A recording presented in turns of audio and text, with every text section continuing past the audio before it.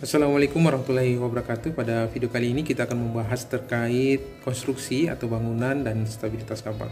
Langsung saja kita masuk ke materi.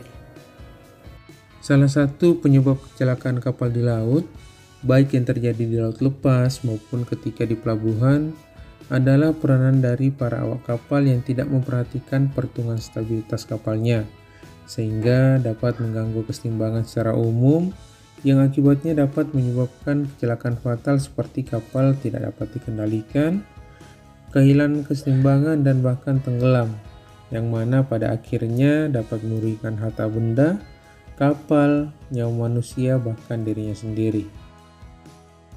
Sedemikian pentingnya pengetahuan menghitung stabilitas kapal untuk keselamatan pelayaran.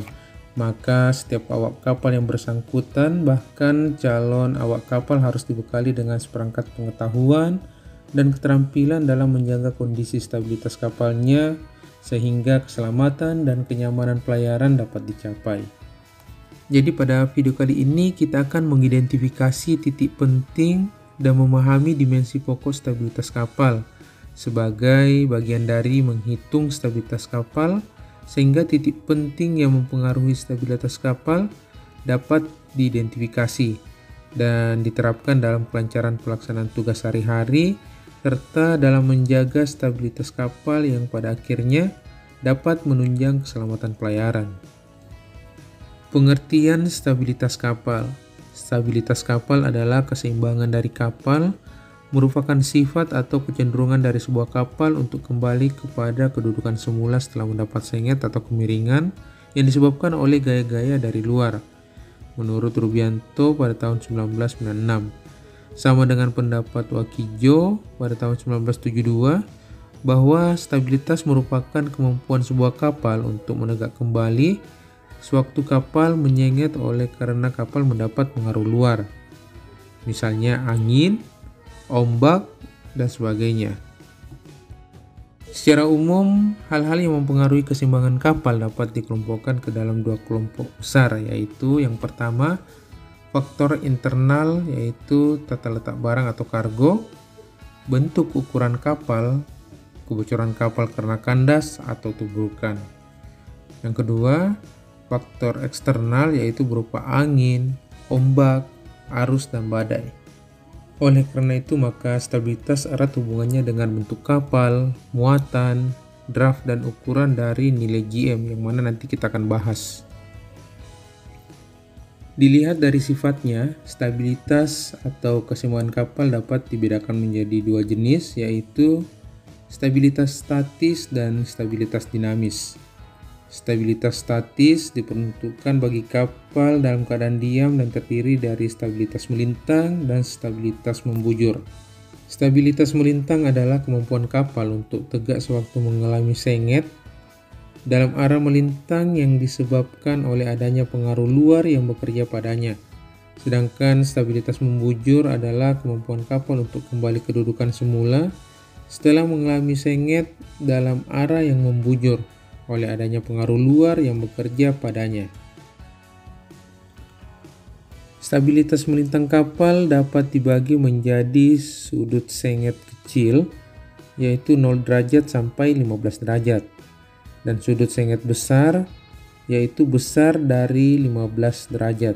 Akan tetapi untuk stabilitas awal pada umumnya diperhitungkan hanya hingga 15 derajat, dan pada pembahasan stabilitas melintang saja.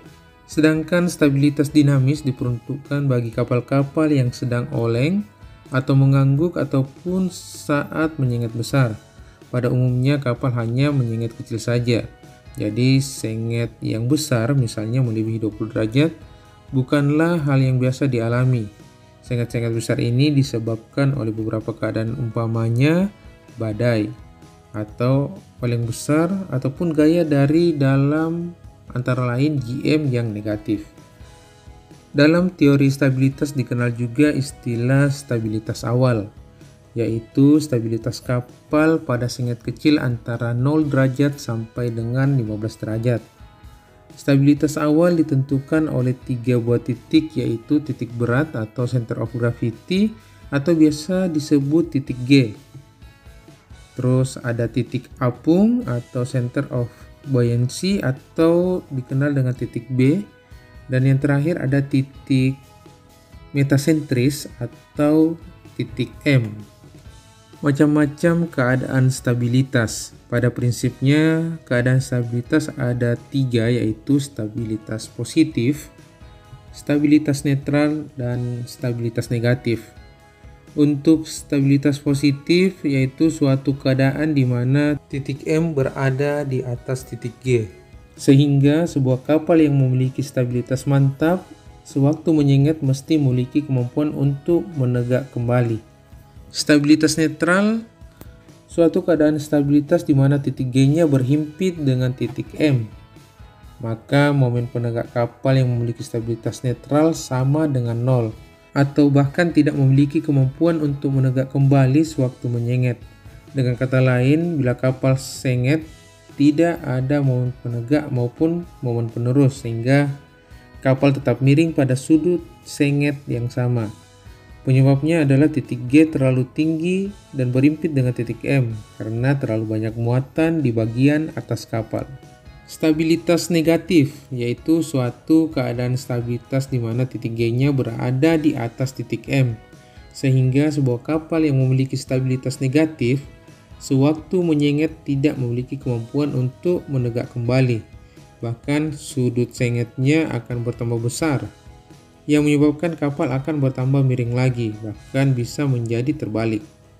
Atau suatu kondisi bila kapal miring karena gaya dari luar, maka timbullah sebuah momen yang dinamakan momen penerus atau heeling moment, sehingga kapal akan bertambah miring.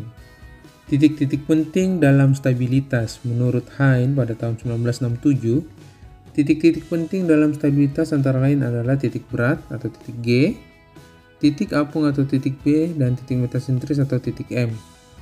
Titik berat atau center of gravity dikenal dengan titik G dari sebuah kapal. Titik ini merupakan titik tangkap dari semua gaya-gaya yang menekan ke bawah terhadap kapal.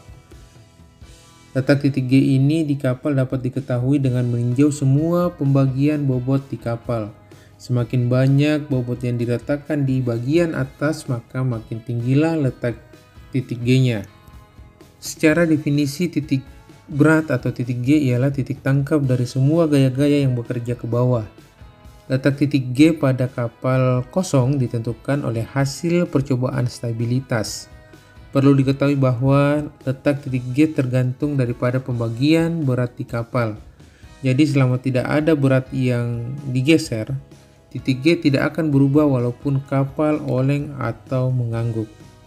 Titik apung atau center of buoyancy dikenal dengan titik B dari sebuah kapal. Merupakan titik tangkap dari resultan gaya-gaya yang menekan tegak ke atas dari bagian kapal yang terbenam dalam air.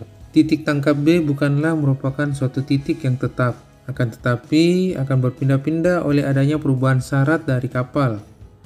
Dalam stabilitas kapal, titik B inilah yang menyebabkan kapal mampu untuk tegak kembali setelah mengalami senget. Letak titik B tergantung pada besarnya senget kapal. Bila senget berubah, maka letak titik B akan berubah atau berpindah. Bila kapal menyenget, titik B akan berpindah ke sisi yang rendah. Titik metasentris atau dikenal dengan titik M dari sebuah kapal merupakan sebuah titik semu dari batas di mana titik G tidak boleh melewati di atasnya, agar supaya kapal tetap mempunyai stabilitas yang positif atau stabil. Meta artinya berubah-ubah, jadi titik metasentris dapat berubah letaknya dan tergantung dari besarnya sudut senget. Apabila kapal senget pada sudut kecil tidak lebih dari 15 derajat, maka titik apung B bergerak di sepanjang busur di mana titik M merupakan titik pusatnya di bidang tengah kapal atau center of line. Dan pada sudut senget yang kecil ini, perpindahan letak titik M masih sangat kecil sehingga masih dapat dikatakan tetap. Pada gambar terdapat titik-titik penting dalam stabilitas. Untuk keel atau lunas dengan huruf K, buoyancy untuk titik apung dengan huruf B, titik berat atau gravity dengan huruf G, titik metasentris dengan huruf M, syarat atau draft dengan huruf D kecil, Terus dalam kapal atau deep dengan huruf D besar, centerline dengan huruf CL, dan waterline dengan huruf WL. Assalamualaikum warahmatullahi wabarakatuh. Sebelum lanjut videonya, jangan lupa like, share, dan subscribe channel ini agar kawan-kawan bisa mendapatkan notifikasi video terbaru dari channel Kapten Gatot. Jika ada saran dan pertanyaan bisa komen